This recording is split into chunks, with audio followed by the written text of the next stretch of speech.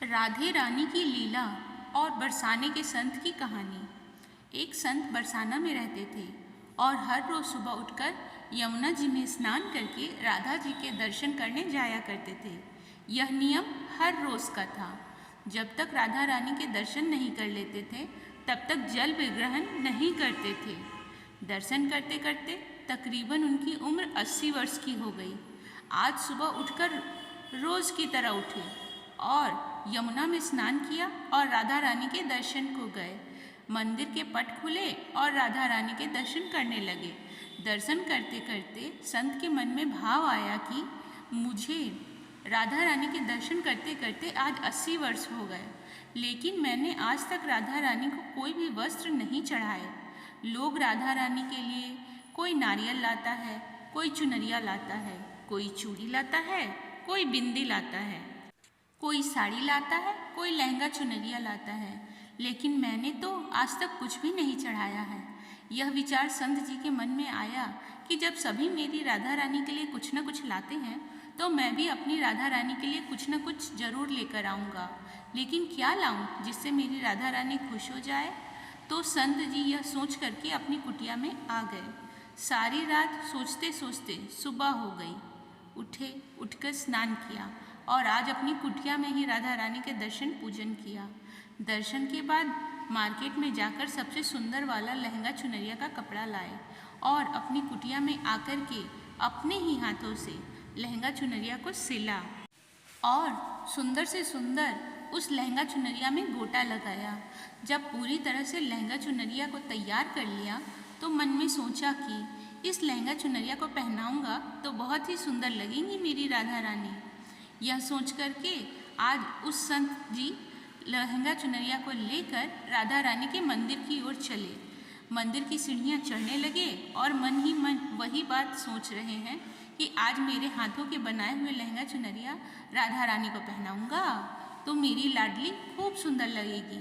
यह सोचकर जा रहे ही थे, इतने में बरसाना की एक लड़की आई और बाबा से कहती है, बाबा आज बहुत ही खुश हो, क्या बात है बाबा बताओ ना। तो बाबा ने कहा कि लाली आज मैं बहुत खुश हूँ। आज मैंने अपने हाथों से राधा रानी के लिए लहंगा चुनरिया बनाया है। इस लहंगा चुनरिया को राधा रानी जी को पहनाऊंगा और मेरी राधा रानी बहुत सुंदर दिखेंगी। उस लाली ने कहा, बाबा मुझे भी दिखाओ ना, आपने लहंगा चुनरिया कैसी बनाई है। लहंगा चुनरिया को देखकर वो लड़की बोली, अरे बाबा राधा रानी के पास तो बहुत सारी पोशाक है, तो ये मुझे दे दो ना। तो महात्मा बोले कि बेटी तुमको मैं दूसरी बाजार से दिलवा दूंगा, ये तो मैं अपने हाथ से बनाकर राधा रानी के लिए लेकर जा रहा हूँ, तुमको और कोई दूसरा दिलवा दूंगा। लेकिन उस छोटी सी बालिका ने उस महात्मा का दुपट्टा पकड़ लिया, बाबा ये मुझे दे दो। पर संत भी जिद करने लगे कि दूसरी दिलवाऊंगा, ये नहीं दूंगा। लेकिन वो बच्ची भी इतनी तेज थी कि संत के हाथ से छुड़ाकर लहंगा चुनरिया छीनकर भाग गई। अब तो बाबा को बहुत ही दुख हुआ।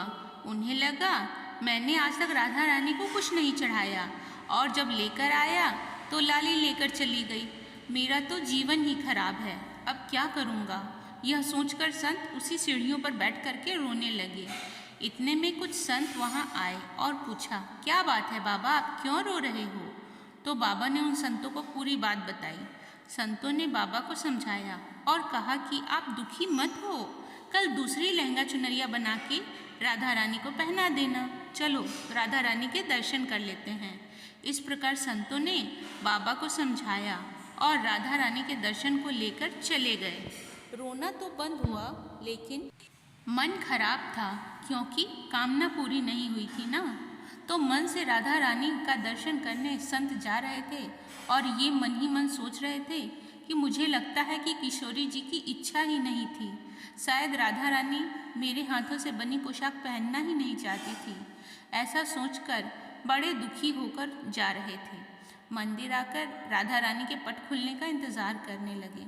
थोड़ी ही देर बाद मंदिर के पट खुले तो संतों ने कहा, बाबा देखो तो आज हमारी राधा रानी बहुत ही सुंदर लग रही हैं। संतों की बात सुन करके जैसे कि बाबा ने अपना सर उठा करके देखा तो जो लहंगा चुनरिया बाबा ने अपने हाथों से बनाकर लाया था वही आज राधा रानी ने पहना हुआ था। बाबा बहुत ही खुश हो गए और राधा रानी से कहा, हे राधा रानी, आपको इतना भी सब्र नहीं रहा? आप मेरे हाथों से मंदिर की सीढ़ियों से ही लेकर भाग गईं। ऐसा क्यों? सर्वेश्वरी श्री राधा रानी जी ने कहा कि बाबा, आपके भाव को देखकर मुझसे रहा नहीं गया, और ये केवल पोशाक नहीं है, इसमें आपका प्रेम है।